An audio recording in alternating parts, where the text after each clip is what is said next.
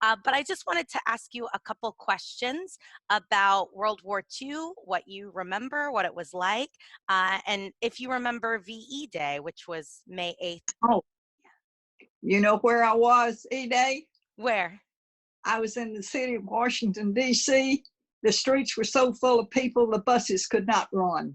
Wow. I, I watched a big bottle of alcohol of some kind start way down the street and passed it hand by hand down the street till it was all gone. What were you doing in DC? I worked there for the Navy Department. Oh, wow. What did you do? Can I ask? Uh, a little bit of this and a little bit of that. But the funny thing about it is that when we went there to work, they told us what the people we worked with, we never talked about that. We never talked about what we did. It all stayed inside that building. And you know, I think that's what happened. We didn't have people uh, checking us out or anything. We just did it. Yeah. Well, of course, I mean, during wartime, right? Had to keep Yeah. everything hush hush. Yeah. Yeah. What was it That's, like living in DC during the war? well, I liked all the museums, of course. We made it a point every weekend we spent it somewhere in a museum. But when we went out to the museums, it was always full of servicemen Hmm. from everywhere. Hmm. And at the end of the day, we'd go to the museums together, and they'd buy their lunch, we'd buy our lunch. And when the day was over, they went their way and we went ours. So it was different. So there were a lot of service members kind of coming through DC Oh, on their way yeah. to and from. Yeah. Well, see, they had a big Marine base there. They also had a big Navy base there. And so we we saw a lot of them. Some of them had already been overseas in action, and some of them most of them had already been and had come back to Washington for some reason. I don't know what. Yeah. Do you remember things like were there was there a lot of rationing in DC where you had to ration food and supplies? Yes. Yes. We did. Uh, the Navy Department found us a place to live when they hired us. They told us they'd found us a place to live, and we lived with a. It was a grandmother and a daughter and her daughter, 3 generations in the house. But yet they uh, found room to rent a room to us. And we hadn't been there long. And the grandmother approached me one day and she says, "Girls, I know you're not eating your supper right." And she says, "If you'll write home and get your ration books, I'll cook your meal at nighttime for 25 cents. So, of course, we rode home and got them. Mother didn't need them. And she was so proud we could not have give her a gift of any kind that was as good as our ration books to her. And she did cook. She was a great cook. Yeah. So that's the only way it bothered us. We didn't need gas. We didn't need anything. So she got our ration cards and we enjoyed it. Where were you from originally? I was from Pontotoc, Mississippi.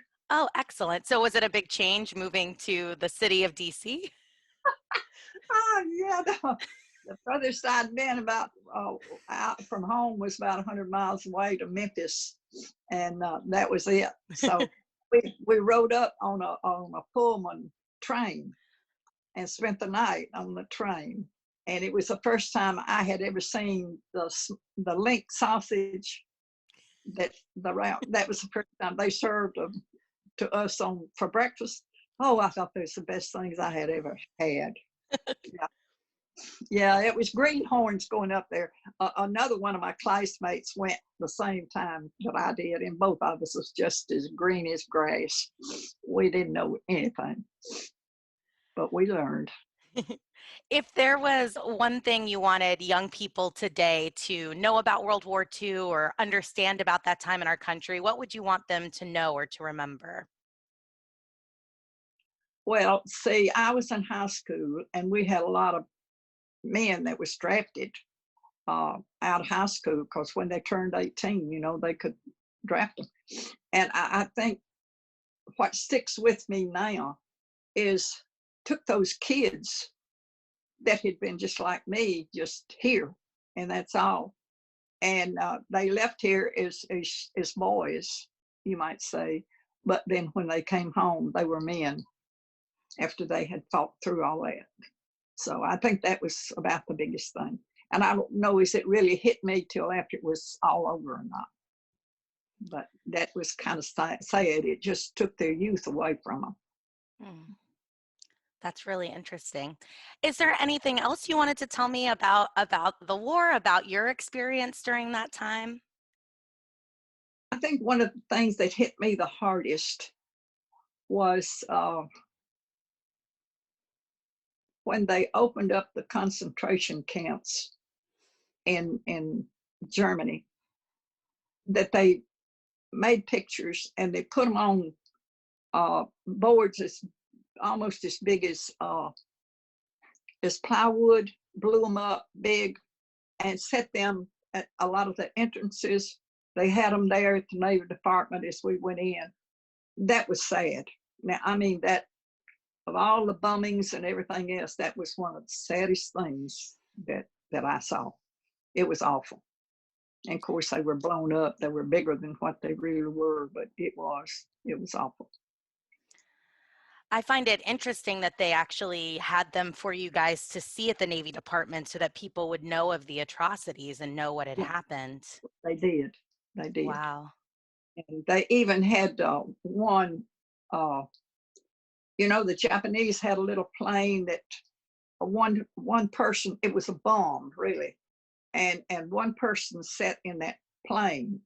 And when he dove his plane into a ship, he went too. It was suicide. I think maybe they called them suicide bombers. Mhm. They brought one and parked it in front of the Navy Department, and there his shoes was down on the floor, and they were made out of steel or something, and they were bolted to the floor. So they meant for them to stay with it. Wow. It was some pretty bad things.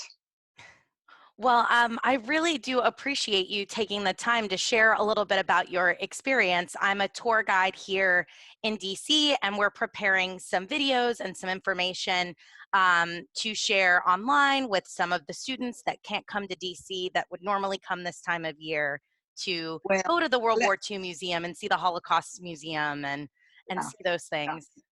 yeah. Well, there's one other thing. While I was up there, I worked on Massachusetts Avenue, Hmm. at one Embassy Road. And I worked in Lars Anderson Mansion, which now is a museum, but they had everything taken out of it. I was a receptionist, and none of the statues or none of that was there. But I worked there for a long time while I was up there. And my grandson went back later. He was up there. He lives up there now. And they were having a tour. So he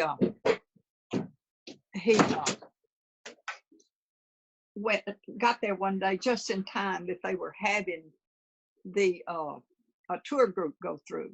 And so as the guide was talking about it, and he told him, he said, my grandmother worked here during World War II. She says, in all the years that I have been a tour guide, you are the first person that knew anybody that worked in this building.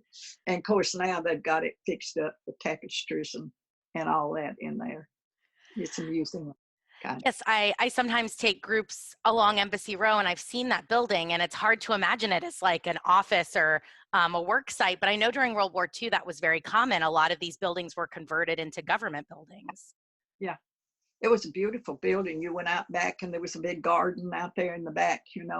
We usually went out there and ate our lunch every day. But Not a it bad was. place to go to work. Yeah, it wasn't much work to it. I just answered the phone and checked everybody that came in. Yeah, but that was quite an experience. So I guess so. Well, it's been a pleasure to talk to you. Miss Ann, it has been so nice to speak with you. I so appreciate you sharing your experience.